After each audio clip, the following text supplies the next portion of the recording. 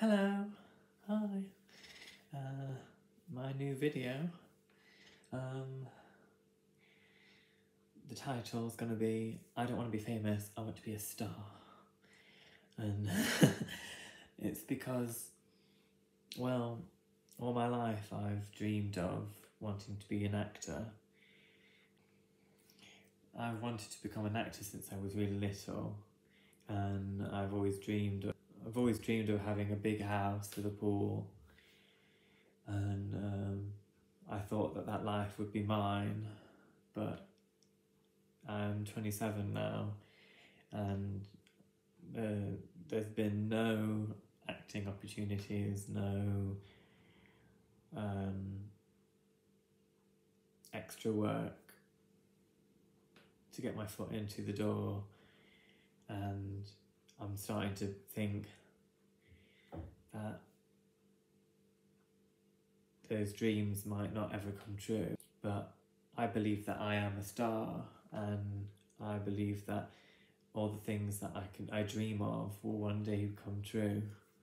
I want to do television work and be a TV presenter.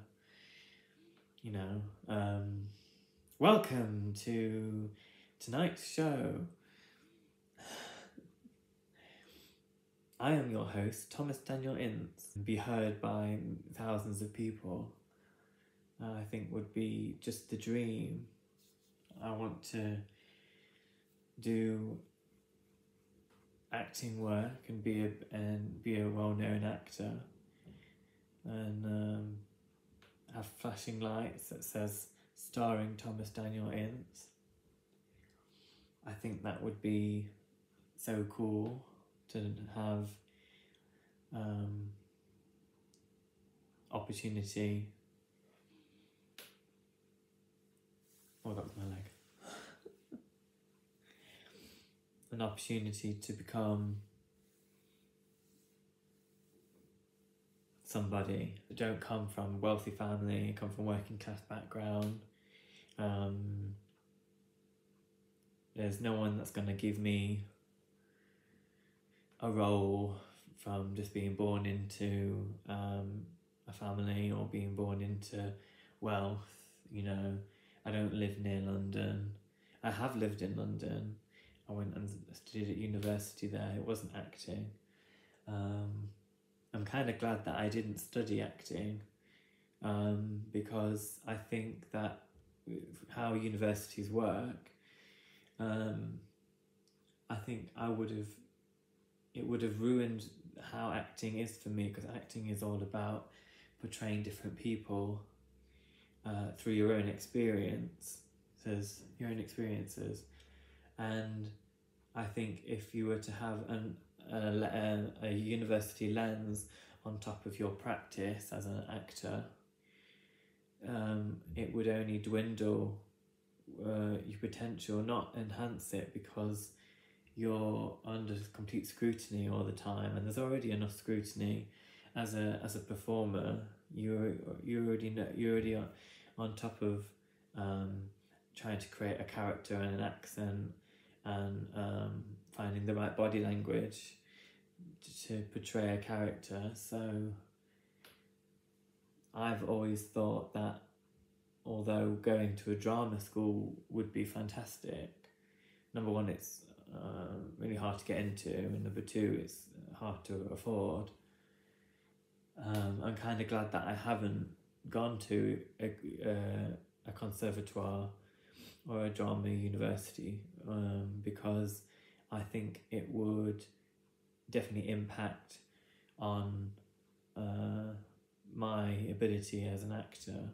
I think because you're under a huge amount of scrutiny from other people, it kind of impacts your level of confidence and your ability to create a character, because you're being influenced by too many people. But that's just my opinion on it's like I enjoy reading, but if I went to study English literature, it would then impact how you analyse text. If you're going to do an English literature degree, you're analysing text, and that changes the way that you read. and you might enjoy reading as like a hobby, and if you were to do that as like a full-time course, it then has a knock-on effect on how you analyse not just reading but your day-to-day life. And that's how I feel about drama schools, is that suddenly it becomes super analytical and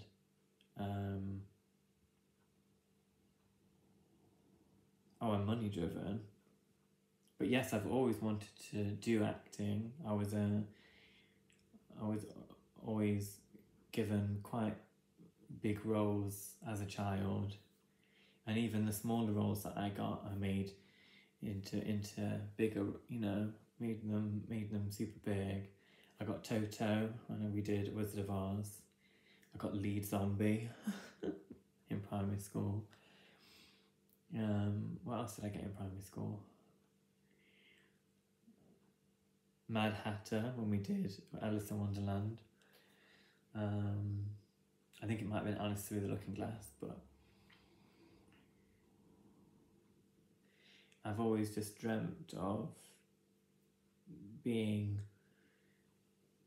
not just a famous person, but a huge star, huge actor, and would love the opportunities, but they only come once in a lifetime.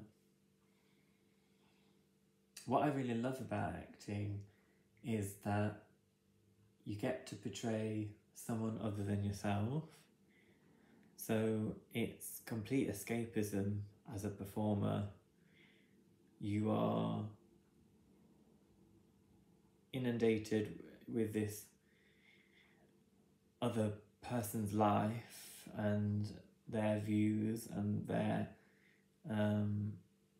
family and what they wear and their intentions, and it's utterly fascinating because you're a researcher, and number two, you're a performer, and I think number three, you're a teacher because you're teaching people. Sometimes it's on subjects that people are unfamiliar with, or that they're not really. Maybe it's taboo. Maybe it's about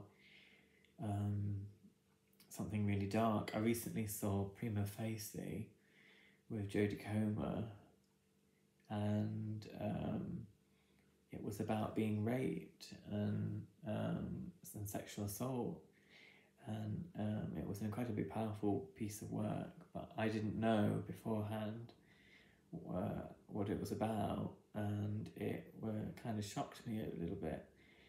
An incredible performance, 90 minutes of just Jodie Comer as one character, and just speaking about how, doing monologues, speaking about what had happened to her character, and it moved me in a way to research more about the story and the character. It definitely struck a chord. I think it's important to portray stories about people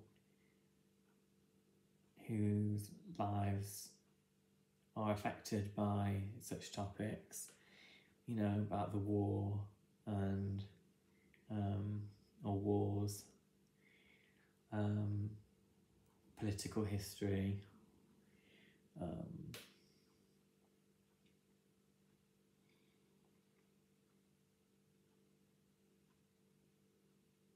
period pieces like Shakespeare. I loved, another perk is getting dressed up, and I love getting dressed up, and I love getting dressed up. I'm super passionate about wanting to become an actor. I was born in Mansfield in Nottinghamshire, which is in the middle of nowhere, basically. It's not north, but it's not south. So it's not like a city. So there's no TV work. There used to be TV work in Nottingham, which is the closest city to Mansfield. But that's closed down. And all the TV work's gone to Manchester and London. So if you want to become a huge star, you have to move there, to either one of those places. Unless you're lucky and you get to go to New York or Hollywood. There was a director who shared the same name as me. His name was Thomas Ince, and he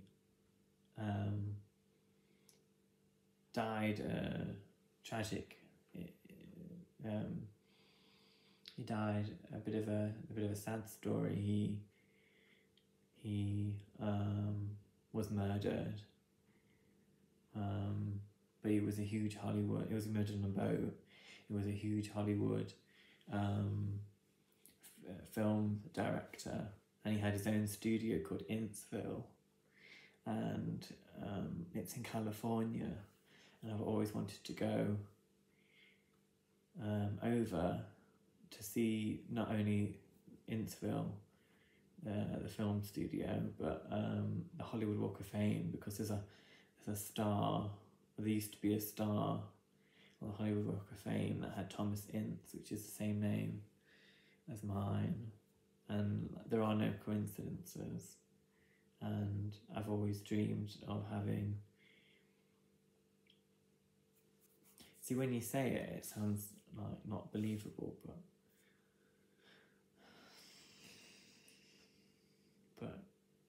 I think you have to imagine some things, some things to get you through the day, and it happens to some people, and if you can imagine yourself doing it, I think you can make it come true. In a way, I think that some people are given higher purposes and higher lives, whether that's becoming famous. That's not necessarily the big achievement. The big achievement is the work that someone's done, across their life as, an actor or an athlete, or, an Olympian, so to speak. Everyone has, I think, to some degree, everyone has a dream, whether that's to be a manager of a shop, or to own a shop, or to own a salon, if you're a hairdresser, or to own a bookshop selling books. I think everyone has, a little bit in them that, they sort of ask a higher power to help them out from time to time, to get them closer to their goal. And I believe in having a life where I'm reading a script every single day, and portraying different characters in lots of different costumes, and working with makeup artists and a costume department, in creating a character or characters. And it's something that I've dreamed of since I was really little, and I don't know if there's a way other than putting yourself out there online for others to see you and to see who you really are. Like, this is who I am underneath. This is who I am underneath the makeup, underneath the costumes.